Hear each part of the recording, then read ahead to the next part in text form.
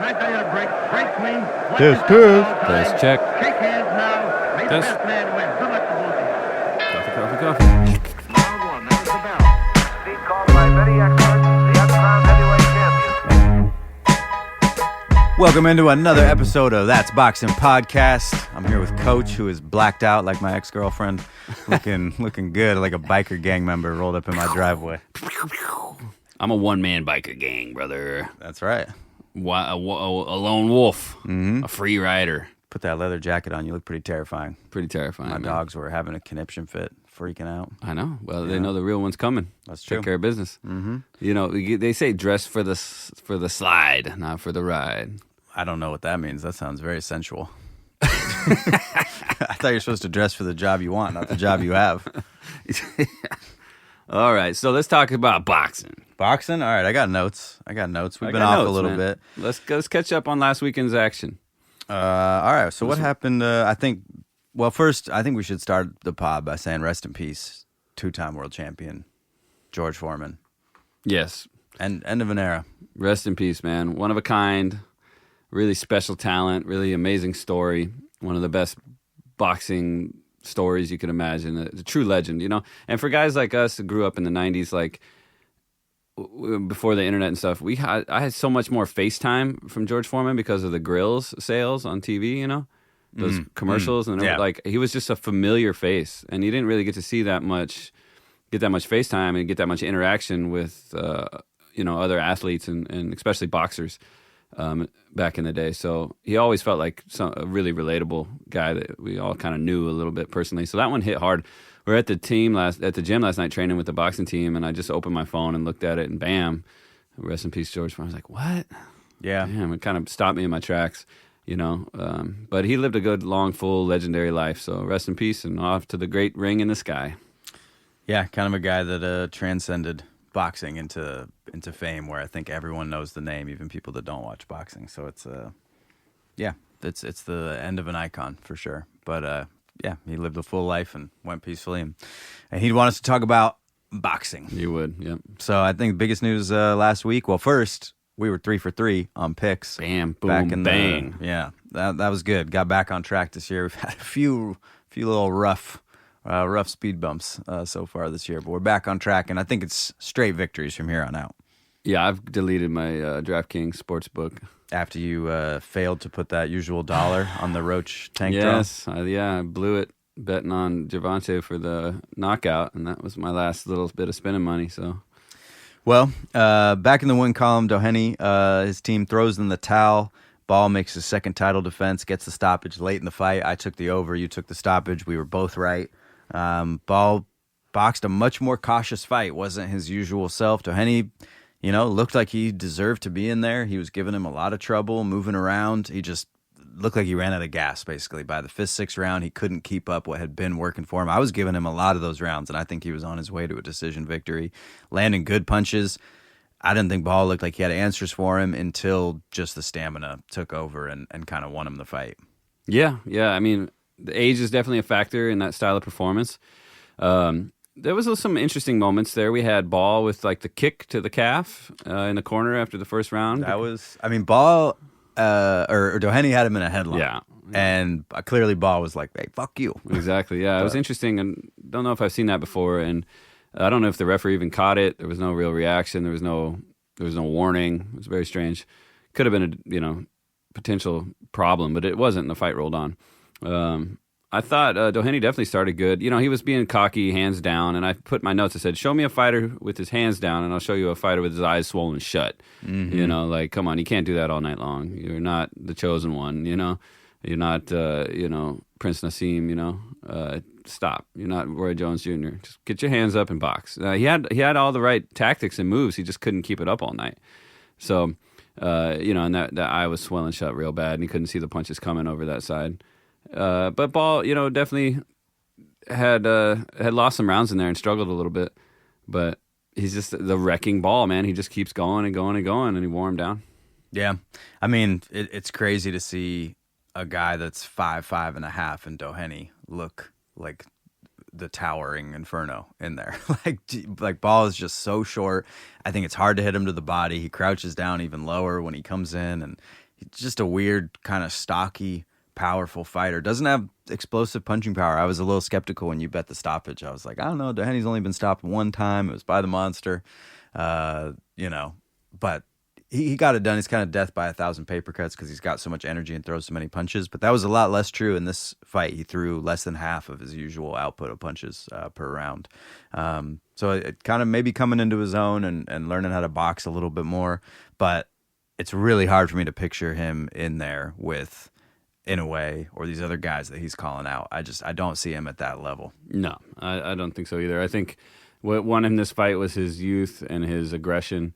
And Doheny lost more than Ball won, obviously, in my opinion. He had he been able to maintain his game plan through all 12, he could have taken the title right off of him. Mm-hmm. It should have been, I think, would have been a bit of a shock to the system of rankings and shit to have this 36-year-old dude come out and snatch the title off a young, hungry fighter. Oh, yeah. I mean, and it was looking like it could potentially go that way, and I think that Ball's in for maybe a lot of fights like that. And he was I think, overwhelming favorite, too much on the line in this fight. And if he starts stepping up his level of opposition, you're going to start seeing me fade the opponents a little bit in the next couple of Ball fights. But we'll see where he goes. I mean, he got the job done. We also got the job done on the Emma Williams fight. So there was the DAZN card, Golden Boy card. And this fight had distance win written all over it, I thought. Emma Williams, goes 12 rounds with Patrice Volney, who's just a crafty fighter. I thought this was a pretty interesting fight to watch, just see how people are scoring it, because Volney just puts that high guard up, takes a ton of shots, but they really, 70-80% of them are blocked at all times. He was clean all the way through. He wasn't marked up. He wasn't injured. He really has a good, strong high guard and just kind of walks you down. Mm-hmm. And there, Ammo had his moments where he showed some flashy footwork. He showed some nice little angles and uppercuts and creative output, but they only came in small little bursts. He should have been able to do that 2 or 3 times as much as he was. Yeah. He would only do it occasionally and go, oh, wow, look at that. Now he's doing something, but there's a lot of too much and nothing in between. So he was losing some of those rounds. I had a much closer fight. I was giving Volney a lot more of the rounds. It's a classic thing that we always talk about, right? Do you just reward kind of the busyness, or do you reward like the more effective work? Because he landed a lot higher percentage of his shots, but he probably landed about the same shots overall. So how do you see it? This is a fight where I was watching with my buddy who doesn't watch a lot of boxing, and I had to stand up and be like, all right, look, this is like the D'Amato shuffle. This is how you throw your hips to the side and get off the center line to throw a punch, and this is what it's frustrating watching Williams not do in this fight. And then he did it just enough to tell you, he knows how to do it. Right. He's just not doing it consistently. And, there's a reason why people don't do that. It's fucking tiring, dude. That kind of explosive shifting and shuffling and sliding is very exhausting. And it's also like not at the top of mind, the forefront of your mind. Usually that's like a secondary thing. That's why people who use it consistently, people with really elite level footwork, show how great they are, because they're able to think about their feet when they're worried about their face, and their hands. Most people just think hands and head, use my hands to hit them in the head, and that's about all they're thinking in a fight. But when the guy's thinking about what's going on down on the floor, that shows that he's really got a really depth to the dimension of his game plans. And to see him show, he did have moments where he did it, and then he had moments where he didn't. I noticed, I watched some of the little hype video, and they showed his training camp and his strength and conditioning, and I just get kind of tired of seeing all these guys doing all this crazy, using all these tools and equipment and stuff that's not boxing at all to train their bodies. And it's like, why aren't you boxing? Right. I'm sure they are in their training camp, and they're showing us what they want to show us. But I think the percentage of just generic strength and conditioning with some overly educated, trying to create the next fitness trend kind of guy, making them do moves, the same kind of stuff they're going to do with the football team that comes in after the boxer leaves. No, we got to have boxers boxing. If you did nothing but shifting, shuffling, and sliding for 6 hours a day, that's what you would do in the ring. Right. So I'm a little frustrated with that, and I think that's part of the reason why he wasn't able to reach his potential, is because he needs a better boxing coach as a full-time trainer. I think he has a good boxing coach, but somebody needs to control his camp and build him a program that's going to steer him closer to boxing, less towards general fitness. I mean, it was cool. They were talking on the broadcast about how he's doing ballet, very Loma-esque, right? But then I'm watching the footwork, and I'm like, where's the ballet coming through here? Like, Yeah. there, and talk about a perfect opponent to do it. Guy in a high guard is ripe for you moving around the side and forcing him to drop that guard and box a different style, which is all footwork. And that's exactly what was lacking in this fight. And I mean, Amo's a great boxer, but he's kind of like the worst of the great boxers. Like, he looks perfect and polished, and his conditioning is great, and his strength is like solid. He's got the size and mass, and he always looks in shape, and like everything he says is right. Like, likable guy. Like, everything is like perfect. But then I'm like, well, do I picture him in there with the top guys? And it's like, well, it's just a repeat of Shiraz. Yeah.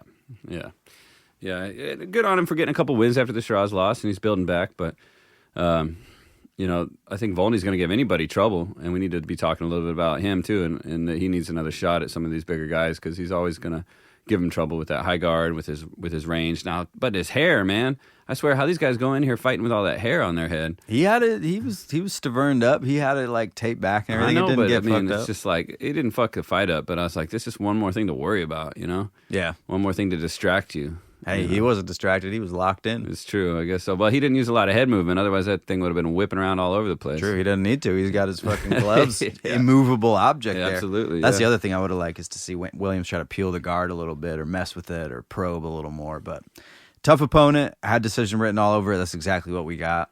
So I'm happy. Right before that, Berlanga knocks out the cobwebs from the Canelo loss by knocking out a boxer who literally had cobwebs after doing 10 years in prison for armed robbery and stalling his career. Yes, and coming up massively in weight and looking like not like a boxer at all until he boxed. He actually had some moves in there. I For thought sure, for sure. until he ran out. Yeah, it was ran about into something. 50 seconds of Yeah, good but boxing. you could tell he knew how to box and had experience in that time, and he wasn't just some total bum. But I mean, his clearly way past his I won't even say prime. His just like athletic era. Yeah. He's not in his athletic era of his life, No. and coming out of prison and all that, and it seemed like super get right fight. It's kind of weird, usually when you go get a big marquee fight like that, your next fight is going to be, even if you lose, you're still going to have elevated yourself. You're still a main event fighter, and you're not going back to do what you did before. But he literally went back to the same venue he fought at before Canelo. Mm-hmm. And now he's not headlining as he was before. He's co-main. When I saw his name on the card, I thought it was like a typo or some other Edgar Berlanga. Because I'm like, people don't usually go from being in the ring with Canelo to being the sub-main on the undercard of a non-title Ammo Williams comeback it's tour like, fight. What? But you're supposed to ride that name recognition that you now have into greater places. Yeah. And if he just was like, I just got to get back in the ring, my manager's not putting anything together, like just give me anything, fine, whatever. I'm not going to penalize you. And he did exactly what he was supposed to do. He dominated him. That's it. But now, okay, he calls out what's his name? Caleb Plant after the fight, which is the fight I think we all want to see. Absolutely. The best of the rest at 168. Yeah. Right. All the previous Canelo, associates. Right. But talk about calling out a fighter that if this is who you're supposed to be fighting, who you just beat, you've got no legitimacy calling out. Right. Yeah. Yeah. There was something going on there because Eddie Hearn gets in the ring of Matchroom Boxing and he goes, it was what did he say? Didn't say unfortunate, but he said it was, he was honest. Not the most ideal situation. Basically, they were saying like this: we had to do what we had to do to fulfill the contract, and this is the opponent we had, and it wasn't ideal, but we did it. And we hope he resigns so that I can make some actual money on the next fight. Yeah, but Berlanga didn't seem really interested in that, and I think he thinks he can probably start his own promotional company. As most of these guys do, that kind of touch the top. And what do I need this guy for? I can do it without you. Yeah. And we'll see. But I mean, that performance does nothing to further his career.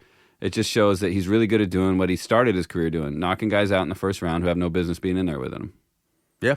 Okay. That's That your got him to the legacy? Canelo fight. Maybe he does that 16 more times. I think that was his run of first round knockouts. Do it again, and then fight Caleb Plant. Yeah, I mean, if he gets back in there and gets a couple real wins and then fights a Plant or somebody like that, or even McCumbee, who fought Plant. You know, like say he fights McCumbee, wins, fights Plant, wins. Now you can talk about a Canelo rematch. Yeah, I mean, he went 12 with Yeah. Canelo, got knocked down, but he didn't look bad in that fight. And I think him and Plant, that's the fight everybody wants to see. That's the fight I want to see. McCumbee would be all right. You know, he kind of shocked Plant, dropping him. But yeah, best of the rest, 168. That's all it is. Yeah, let's see that. Let's see that for sure. And of course, I'm Team Plant on that. He's a friend of the show, personal friend of mine. I mean, yeah, I got a soft spot for Plant. You know, he talks shit the way how I like, and he's a great boxer. And I mean, that's the big puncher versus the big boxer, and I always kind of favor the big boxer. But great fight. Across the pond, I don't know if you can still say, is it the pond still? If you go the other direction to Australia, Kambosos gets a UD victory. Over a guy from the crowd. A Guy man from the stands. Man from the stands bought a ticket, 5 days notice, steps up to being in the ring, takes him 12 rounds in a bloody bout, and at the end, you know, they ask him, Eddie Hearn again. God, that guy just gets around, man. I He's know, fucking man. everywhere. Frequent flyer miles on that man. Seriously, he's in the ring, and they say, "Did you reimburse him for his ticket?" And he said, "You know, no, I didn't, but he'll have a matchroom contract by Monday." So Yeah. good for him. That kid's life's completely changed. Yeah, I mean, it just shows that where Kambosos is at, you know, and how, you know, good on him for being able to rise up out of there and hold the world titles the way he did. But, you know, he didn't really shine in that performance. There was a headbutt that made things rough and ugly, and he looked okay, but, you know, I think his days of fighting in the top 5 or 10 are over.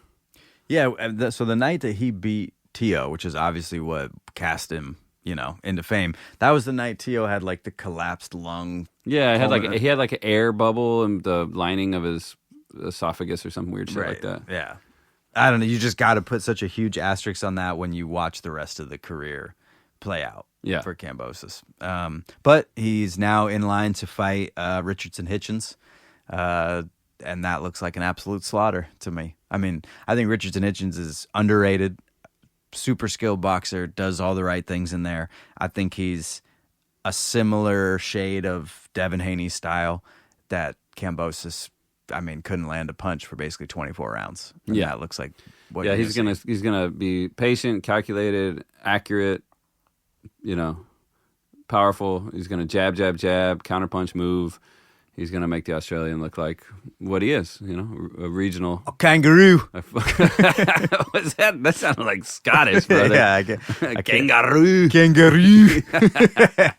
How do you do Australian? You got Oh man, Rocky. Did you kangaroo? Did you hear the fucking commentary on the card? Oh, The most fucking Australian sounding Yeah, I can't listen to that. blimey mates you've ever heard.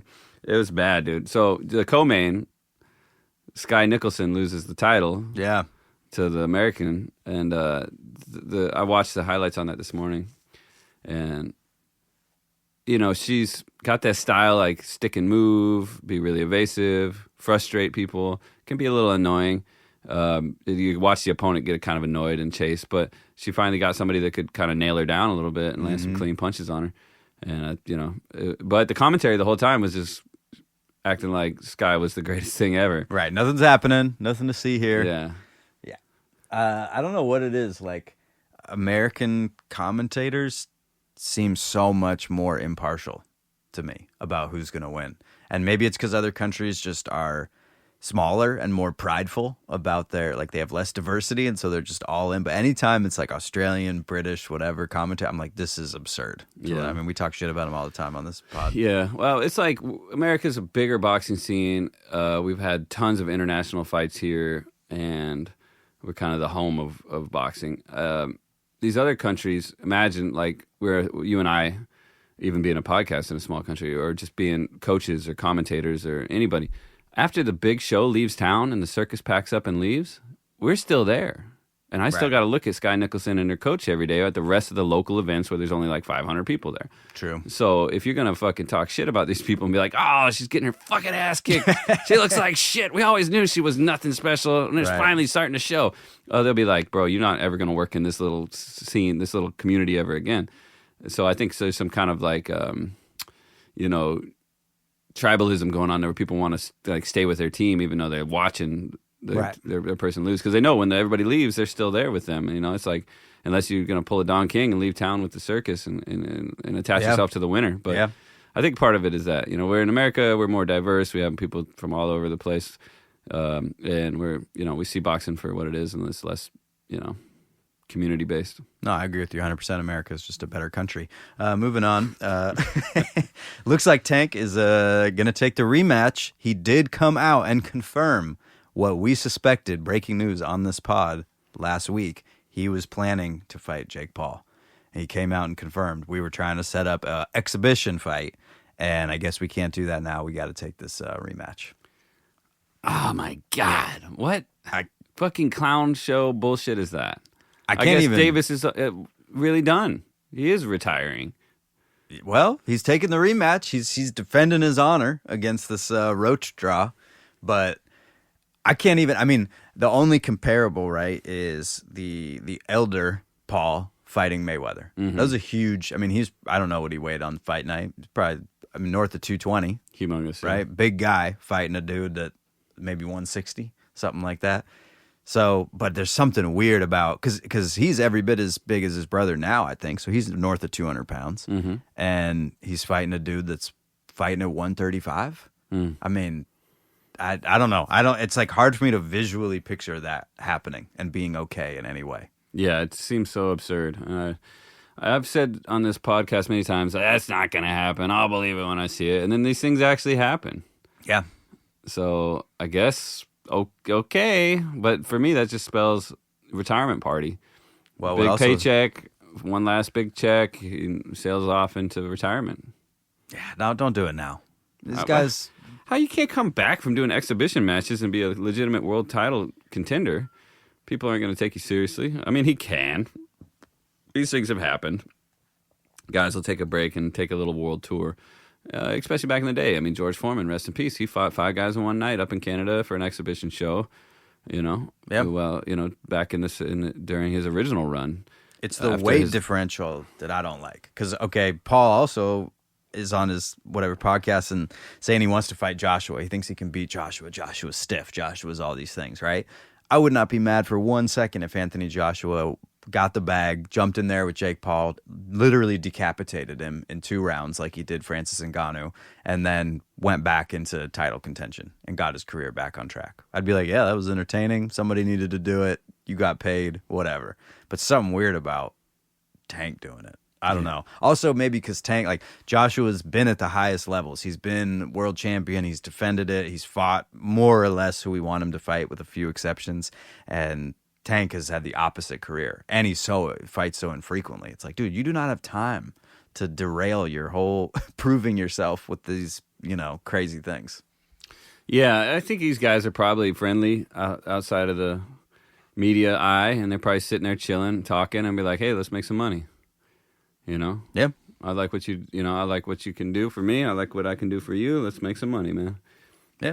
And I don't that's fault really it. all it is. It's just shameful that in a way that they use boxing as a platform just to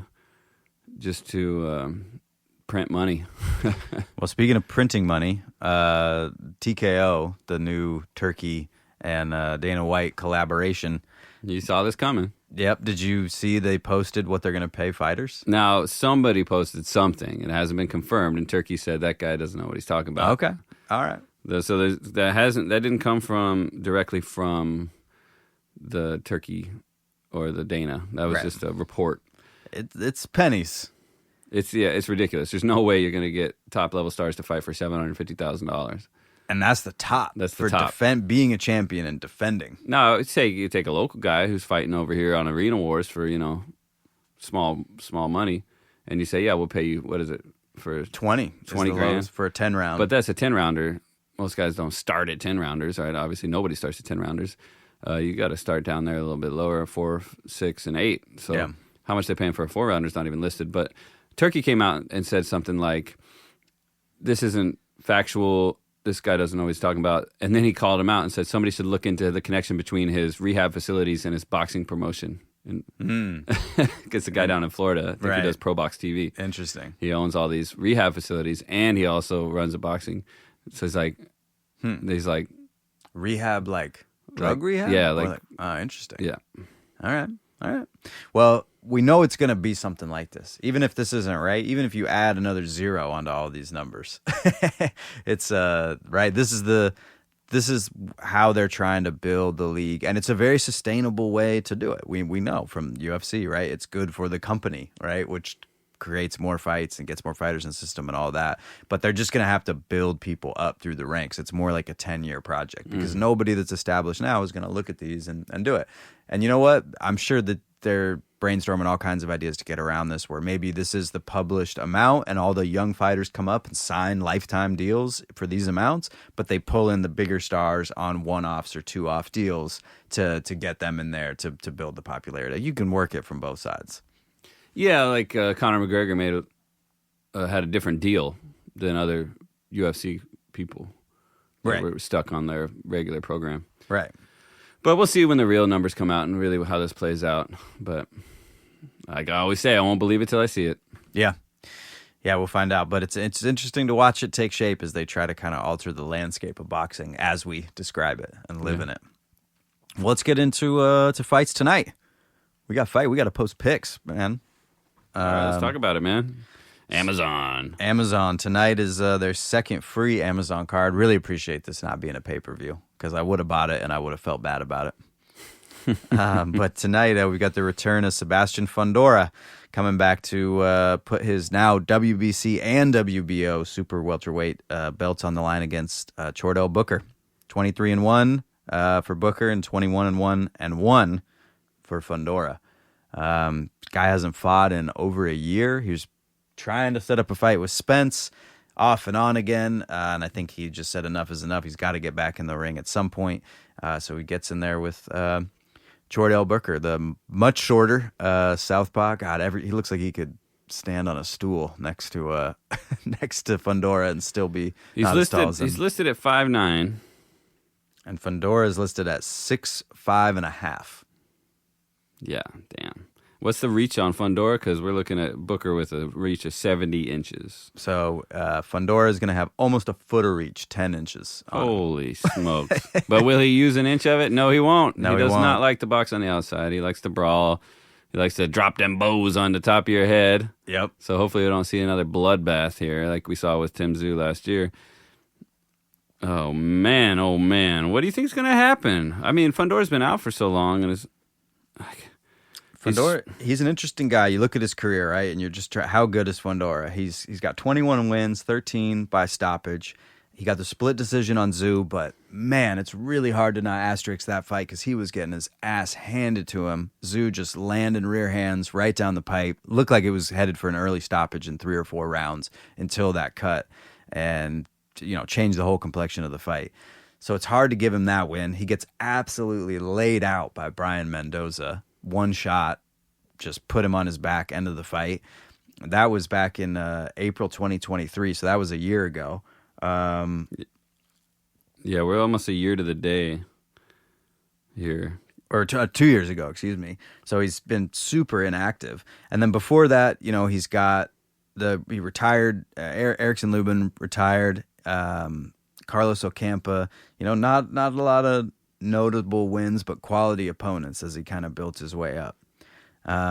Meanwhile, Chordell Booker kind of puts together a career with a lot of questionable wins, comes up, finally gets the title shot at Austin Williams, gets smoked TKO in the first round. And that's the first time I saw Chordell Booker, in action. Right.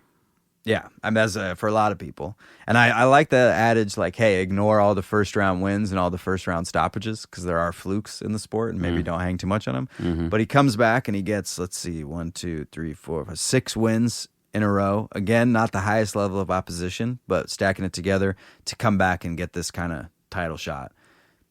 He's a quality boxer. He's patient. He's not going to rush in there and be stupid. But it's a bit hard to see his path to victory against someone with kind of the skill, the length, even if he's not going to use it, and maybe the experience of a Fundora who's been in there just with better opposition. Yeah, it looks like not a full straight setup. He's a southpaw. He's probably going to come up and under, try to rip that big left hand over. But he's been active, He's been way more active, and activity is everything. I think he's going to probably try to start strong and make something happen early here.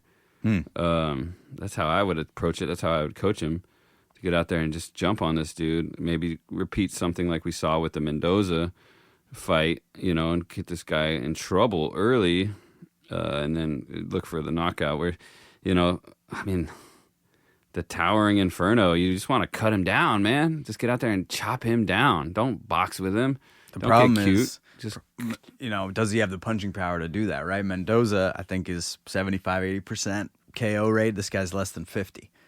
So if you don't have that power, if you're going to struggle to get on the inside, right? Well, you bring up a good point, because Fundora kind of gives that up and lets you in there, which is just it's always so strange watching him fight. Like, why are you doing this?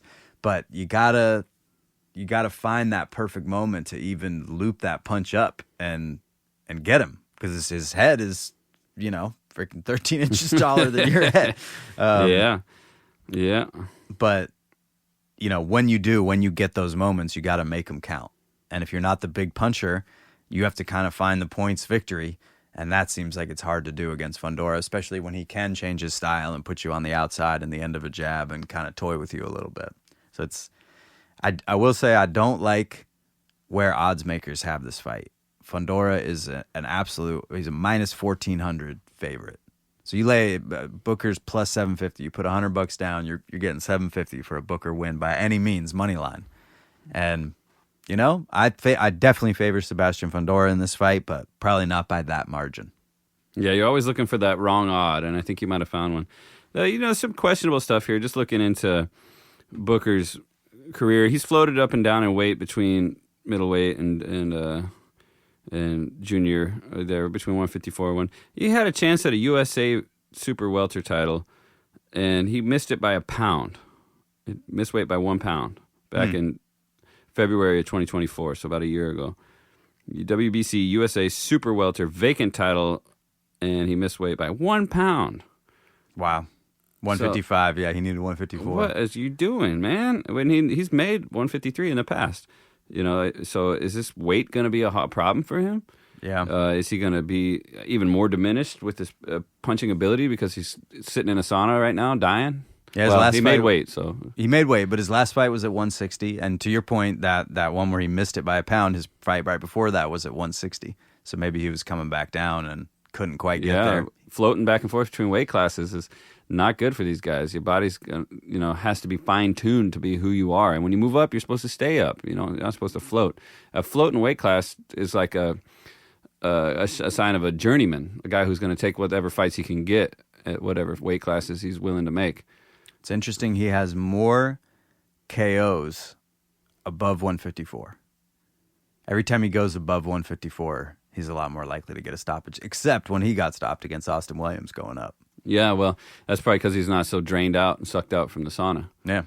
So you got to have some. I mean, that doesn't favor him for a KO in this fight if we're looking at his past performances.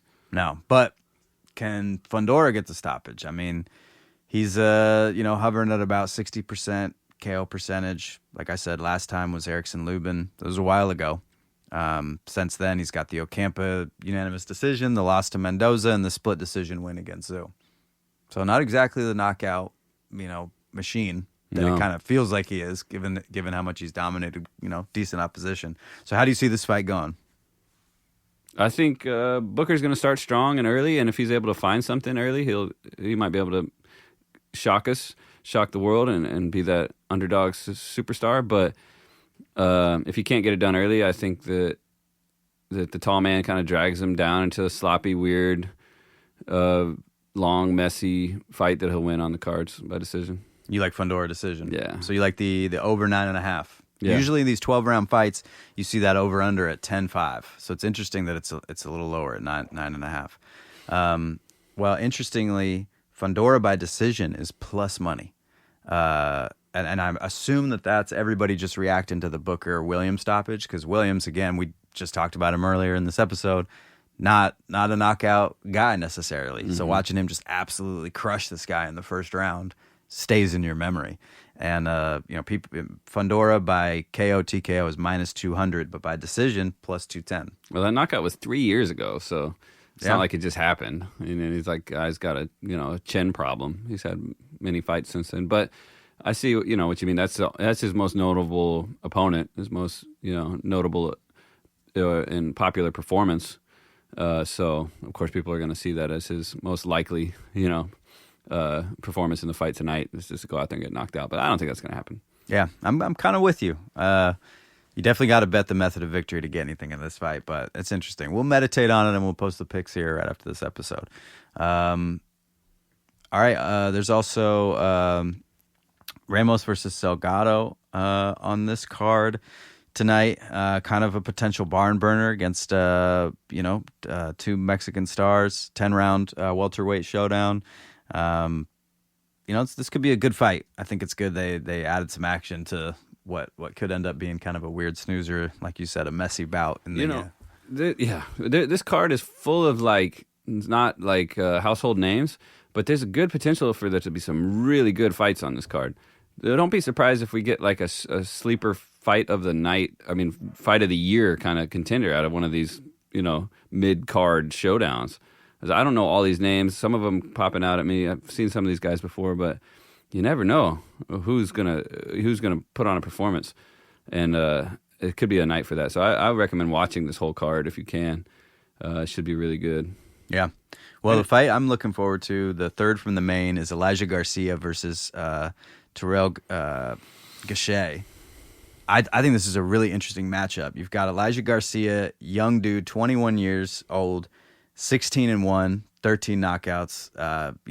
Strong guy, comes forward, puts it on you, gets the victories, gets the stoppages.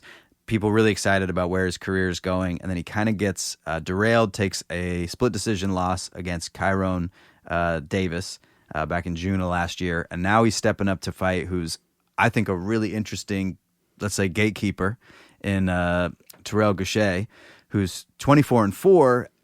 All 4 losses against the absolute highest quality opposition. So he's a guy that's clearly not there. And a draw against Austin Trout. True. So he, kind of almost got over the line there, but never been stopped. Very durable, very sneaky, very crafty. Not the most exciting boxer, but again, we go back to the line. Garcia, very heavily favored in this fight, overwhelming favorite on the money line, and I don't see it. I just see Gausha stepping it up and being able to do what he does, and I don't know if this kid gets past him as easily as people think.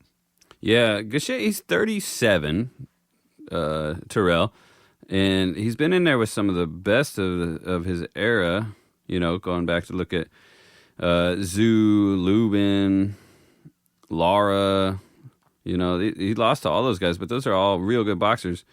And he got decision losses to all 3 of those guys.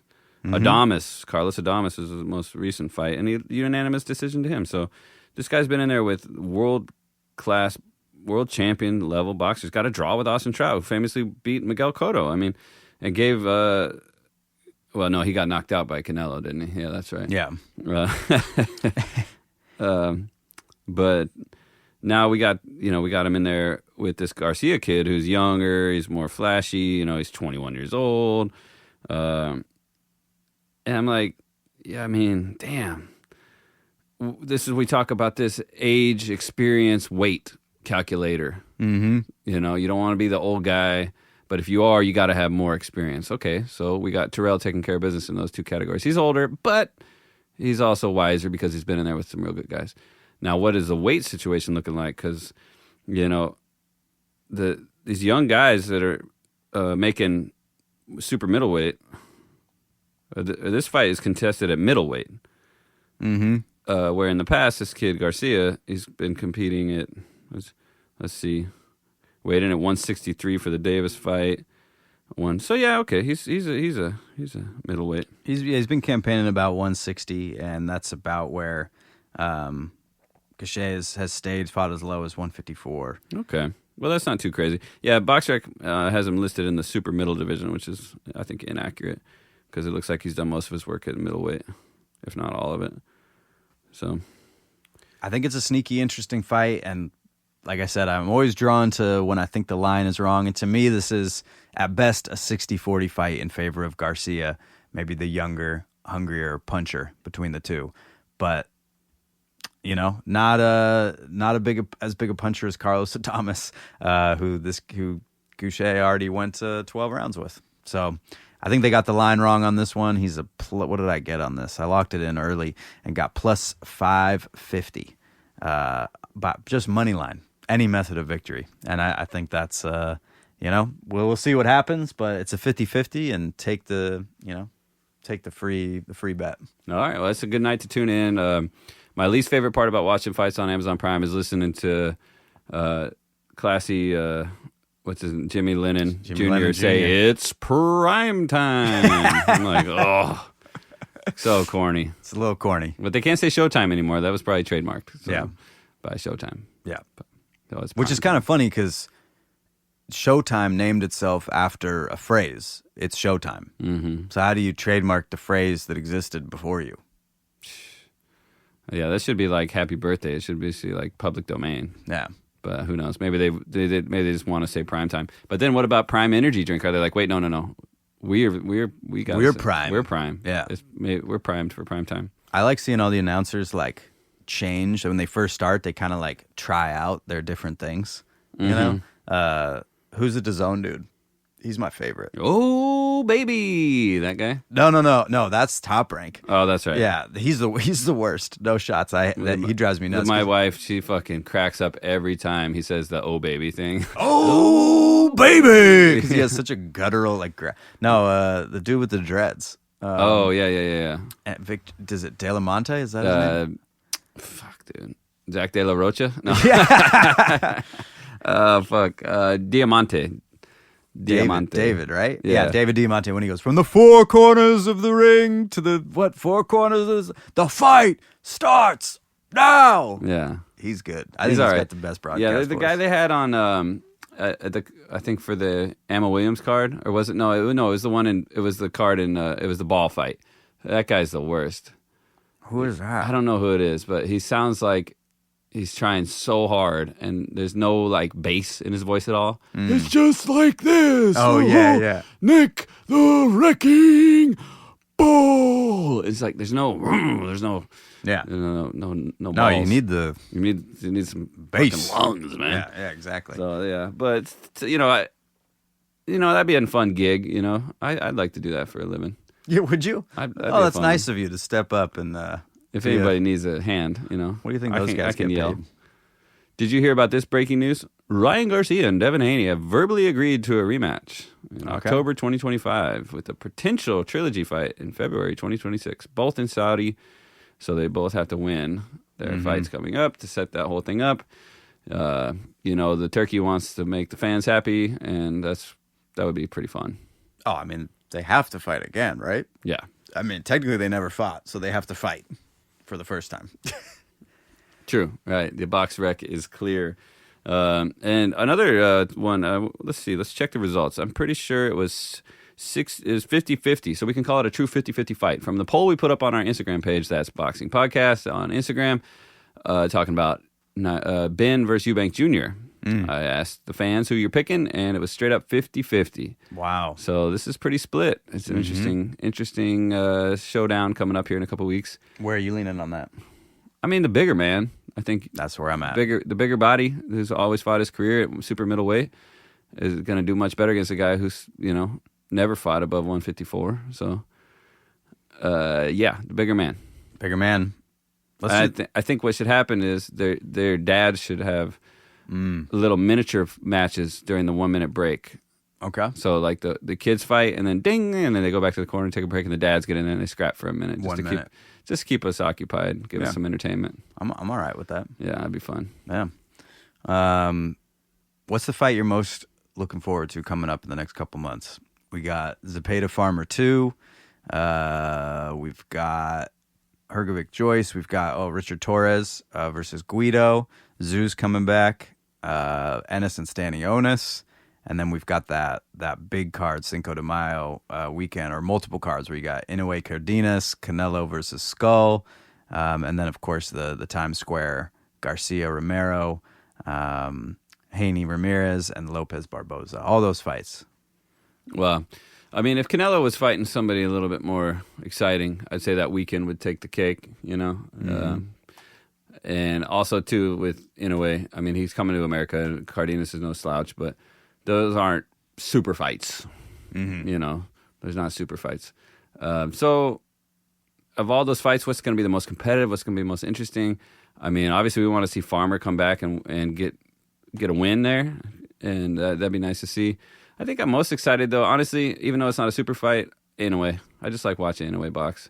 Yeah. You know, I want to see him shine and do his thing in America, and, you know.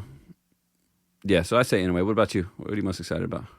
Well, this is why we're like-minded. This is why we get along boxing-wise, is because it's Zepeda Farmer.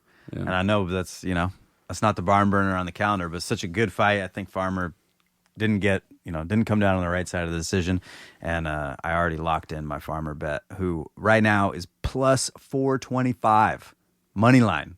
That's insane disrespect to the guy that, Zepeda won by 1 round on 1 scorecard. That's how close that fight was. Damn.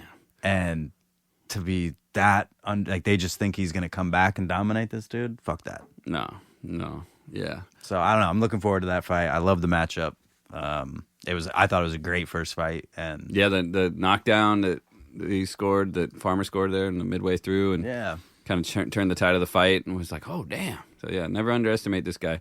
He's got something to prove. He's got a good team behind him. He's got a lot of skills, and Zepeda's going to have some trouble. Yeah. So I'm looking forward to that one. But, of course, Kiki really getting his first headline, 4-5. Shout out Top Rank. Hopefully we're going to be ringside for that one. That'd be great. We're looking forward to that email, guys. Come on, send it over. Come on, send it. Send it. Yeah, man, we're staying busy locally. We got fights lined up all over here. We got some here, some there, a little bit of everything going on here. Moving up into Washington, getting back in the casino circuit with the pros, getting the boys back in the shiny lights, you know. It's a whole different world. It's like, you know, running these armory shows is a little different. It's like being like a pay-to-play rock circuit, you know, like Right. Sell your tickets. Hustle. You know, it's up to you to make it happen. The casinos don't rely on ticket sales, right? Because they already have like a built-in, you know, shit there. And nobody's randomly just gonna show up at the armory and be like, "Oh, a boxing match." No, you have to fucking make them come. But casinos have built-in crowds. They have their own promotional systems in place for these things. So it takes some of the pressure off of the fighter and the team as we can focus on boxing and not selling tickets so much individually. You know, so I'm looking forward to that, and just to change the scenery. There's only so many armories you can box at in 1 year before you get a little tired of that circuit. Yeah, for sure. So, the casino ones they're well run. The ones I've gone to. I mean, like good shows. Yeah, you know. Yeah, big things are coming, man. There's the state of Washington. They're really popping off up there. They got big fights coming. There's rumors about a Top Rank show happening up there. So we'll see. Hopefully that can be a real thing, and we can be attached to it with our guys. Yeah, and get some of these, some of the national boxing scene shine on our local community. That's what we need. That'd be awesome. And obviously, the ring announcer's already selected. I'm here. So, wait, you're what? No, we got to do it together. No, you're gonna be in the corner, man. You're working. I know, man. I don't have shit to do. Conflict of interest. Yeah, I'll abandon my fighter for a chance to be a just to announce the fight. Yeah, you heard it here first. No loyalty from Coach Josh. Sorry, guys. I got bigger fish to fry. All eyes on me. Ladies and gentlemen. I don't think that's doing it. Yeah, leave this to the Bro, professional. I'll blow this microphone up right now if I hit my real announcer voice. I'll do anything, man. I'll be a ring girl. I'll do whatever I got to do to, free tickets. We get you in there, man. All right. Well, we're looking forward to the show tonight. You guys tune in, watch this Fundora card. Watch the whole card. And if you get a chance, go out and support local boxing. Make sure you're doing the right thing. And really make sure you like, listen, share, follow, do everything you can to support the podcast. Yeah, if you're listening to this right now and you haven't left us a review, you're probably a bad person. Yeah. And you probably make questionable, unethical decisions in every aspect of your life. And this is your moment right now to turn that around. Clean your act up. Get into heaven and leave us a nice review. Yeah, that's all we want. 5 stars. It takes literally 2 seconds, and you can be a good person. For once. For once. Just do it one time, and then go back to being your usual shitty self. Just keep listening to the podcast. We appreciate y'all. Until next time, I'm Dust. I'm Coach. And that's boxing.